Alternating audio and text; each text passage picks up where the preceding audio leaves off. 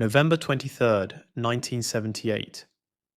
John O'Neill stood outside a burning hotel in Louisville, Kentucky, watching flames pour from the upper floors of the Breckenridge Inn. John was 42 years old, a 20-year veteran of the Louisville Fire Department. He had seen hundreds of fires in his career, but he had never seen anything like this. The hotel had over 200 guests. Most of them were asleep when the fire started on the second floor. By the time the fire department arrived, the stairwells were completely blocked by flames and smoke. People were trapped on the upper floors with no way down. John O'Neill made a decision that night that would save 50 lives, and then America forgot about him completely. The fire had started in a storage room on the second floor around 2 a.m. An electrical malfunction, investigators would later determine. The hotel's fire alarm system was old and malfunctioned. By the time guests realized there was a fire, smoke had already filled the hallways. People tried to escape down the stairwells but were driven back by flames. Others went to their windows and started screaming for help. The fire department arrived within 6 minutes of the first call, but 6 minutes was enough time for the fire to spread through 3 floors of the old wooden structure. John O'Neill was the first firefighter to assess the situation. He could see people at windows on the 4th, 5th, and 6th floors. Some were hanging out of windows, desperate for air. Others were preparing to jump. John knew that if people started jumping from that height, they would die. The fire department had ladders, but the ladders could only reach to the 4th floor. Anyone above that was trapped unless John could find another way to reach them. John made a decision that violated every safety protocol in the fire department manual. He was going to go inside the burning building and work his way up to the trapped guests. His captain tried to stop him. The building was unstable, the fire was spreading too fast. Going inside was suicide. But John had done the mathematics. 50 people were trapped on the upper floors. If he didn't try to reach them, they would die. All of them. He had to try. John entered the building through a side entrance that wasn't yet fully engulfed. He was wearing his breathing apparatus and full protective gear, but he knew that wouldn't protect him for long in a fire this intense. He made his way to the stairwell. The main staircase was completely blocked by fire, so John found a service stairway that staff used. It was filled with smoke, but not yet burning. John climbed. On the 4th floor, John found 12 people huddled in a hallway, too terrified to move. The smoke was so thick they couldn't see the service stairway John had used. They had been waiting to die. John gathered them together and led them back down the service stairs to safety. 12 people saved, but there were still dozens more trapped above. John went back in. His captain was screaming at him over the radio to get out, that the building was about to collapse. John ignored the order. He climbed to the 5th floor. The heat was incredible. Even through his protective gear, John could feel it. The service stairway was starting to burn. He didn't have much time.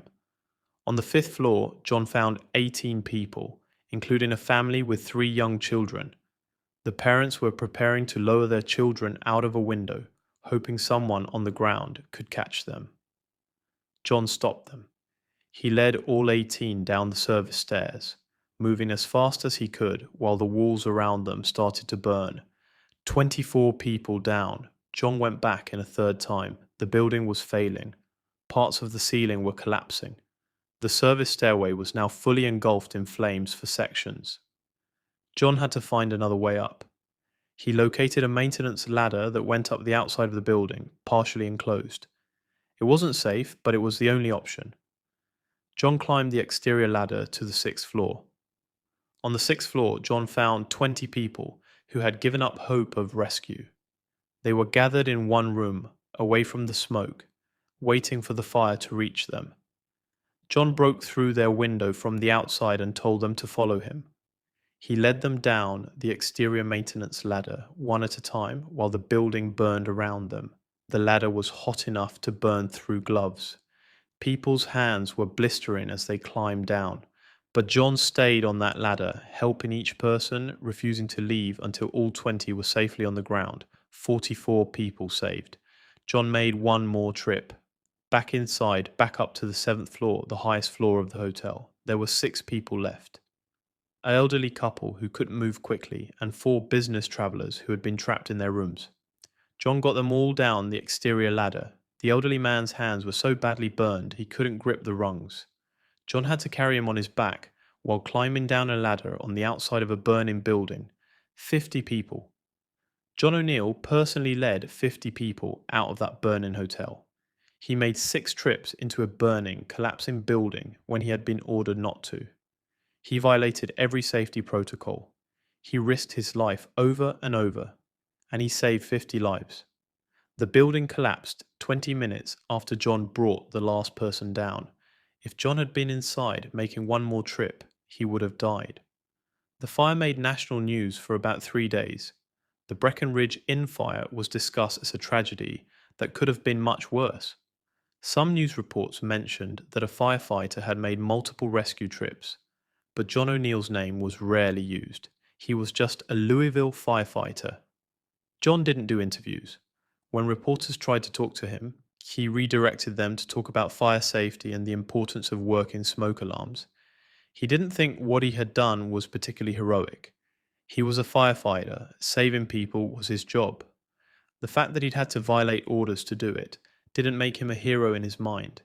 It just made him someone who had done what was necessary. The Louisville Fire Department gave John a commendation. There was a small ceremony. The mayor presented John with a medal. A few of the people he'd rescued attended and thanked him. And then everyone moved on. The news cycle moved to other stories. The rescued people went back to their lives. John went back to fighting fires. John O'Neill retired from the fire department in 1995 after 37 years of service.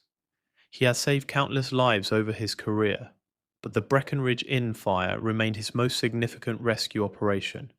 50 people in one night. John moved to a small town outside Louisville. He lived quietly. He didn't talk about the fire. When people found out he'd been a firefighter, they would sometimes ask if he'd ever done anything dramatic. John would shrug and say every fire was dramatic. John O'Neill died in 2008 at the age of 71. His obituary in the Louisville newspaper was 3 paragraphs long. It mentioned that he had been a firefighter for 37 years. It mentioned that he was survived by his wife, 3 children, and 7 grandchildren. It did not mention the Breckenridge Inn fire. It did not mention that he had saved 50 lives in one night. It did not mention that he was a hero. After John's death, his daughter tried to get recognition for what her father had done. She contacted the Louisville Fire Department. She contacted local historians. She contacted news organizations. She wanted people to know what her father had accomplished. Most people she contacted were polite but uninterested. The fire had been 30 years ago. John O'Neill wasn't famous. There were no dramatic photos of his rescues. There was no footage of him carrying people down ladders. There was just the record, 50 people saved. One firefighter who had done his job better than anyone thought possible. One of the people John rescued that night was a young woman named Sarah Mitchell. She had been on the 6th floor with her infant daughter. John had carried the baby down the exterior ladder while Sarah followed behind. Sarah never forgot John O'Neill. She named her second child John in his honor. When Sarah heard that John had died, she tried to organize a memorial.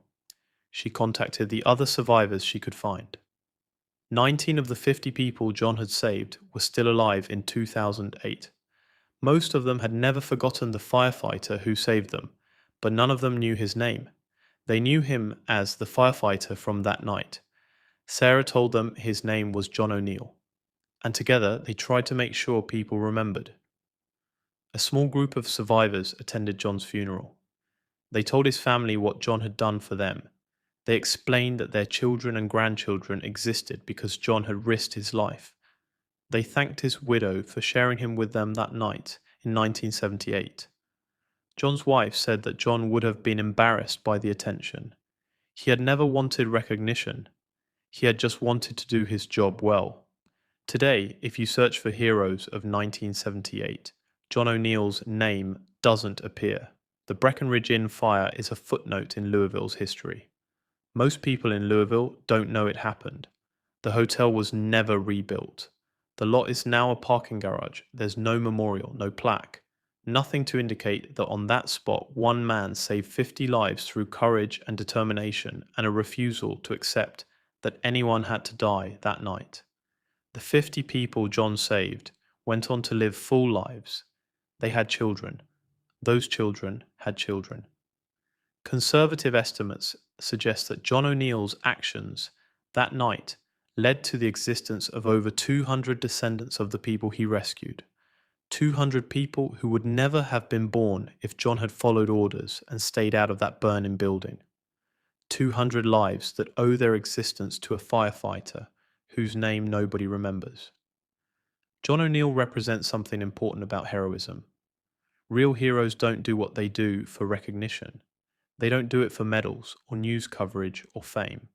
They do it because someone needs help and they have the ability to provide that help. John never sought attention. He never wanted to be famous. He just wanted to save lives. And he did. 50 lives in one night. Hundreds of lives over his career, all while remaining unknown to history. This is John O'Neill's story, the firefighter who saved 50 lives in 1978. The man nobody remembers. The hero who never wanted to be called a hero. He deserves to be remembered. Not because he wanted recognition, but because his story reminds us that heroism doesn't require fame. Sometimes the greatest heroes are the ones whose names we never learn, the ones who do extraordinary things and then go back to ordinary lives, the ones who save 50 people and then go home and don't talk about it. John O'Neill died unknown, but he shouldn't stay unknown. His story should be told, his name should be remembered, not for his sake, but for ours. Because we need to remember that heroes are everywhere. They're the firefighters and police officers and teachers and nurses who do their jobs with courage and dedication. They're the people who risk everything when someone needs help. They're the John O'Neills of the world, and they deserve to be remembered.